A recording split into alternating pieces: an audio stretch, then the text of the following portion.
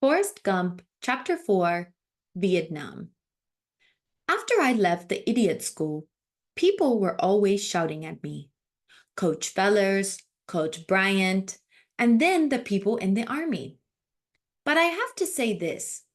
The people in the army shouted louder and longer than anybody. Fort Benning was in Georgia. After about 100 hours on a bus, me and a lot of other new young soldiers arrived there. The place where I had to live was just a bit better than the rooms at the university, but the food was not. It was terrible. Then, and in the months to come, I just had to do the things that I was told to do. They taught me how to shoot guns, throw hand grenades, and move along the ground on my stomach. One day, the cook was ill, and somebody said, "Gump, you're going to be the cook today." "What am I going to cook?" I said. "How do I cook?" "It's easy," said one of the men. "Just put everything that you see in the food cupboard into a big pot and cook it." "Maybe it won't taste very good," I said. "Nothing does in this place," he said. He was right.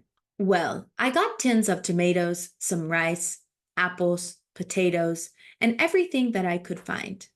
"What am I going to cook it in?" I asked one of the men. "There are some pots in the cupboard," he said, but the pots were only small. "You've got to find something," one of the other men said. "What about this?" I asked. There was a big metal thing about 6 feet tall and 5 feet round sitting in the corner. "That's the boiler. You can't cook anything in that." "Why not?" I asked. "It's hot. It's got water in it." But the men had other things to do. "Do what you like," they said. So I used the boiler. I put everything in it, and after about an hour, you could smell the cooking. It smelled okay. Then the men came back, and everybody was waiting for their dinner. "Hurry up with that food, Gump. We're hungry," they shouted.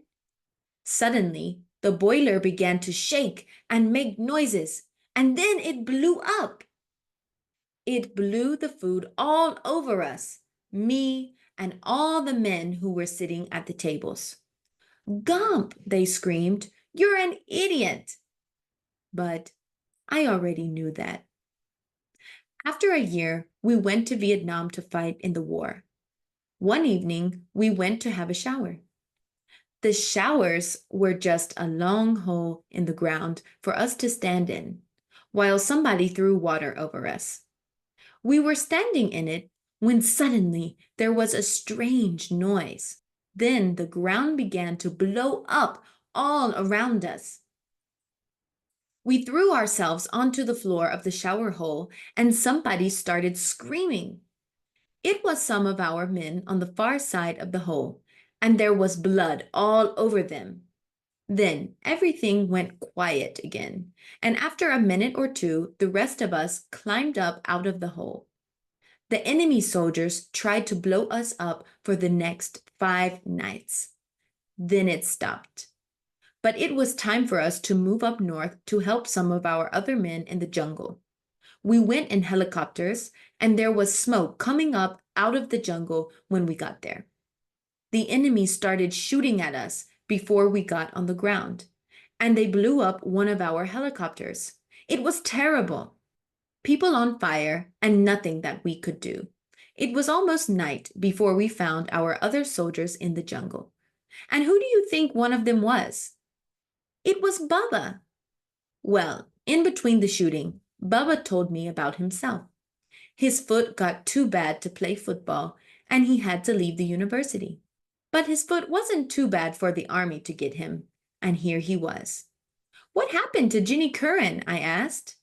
"She left school and went off with a group of people who were against the war," he said. That's the end of Chapter 4, Vietnam. If you would like to know what happens in Chapter 5, please listen to the next episode. See you soon. Bye.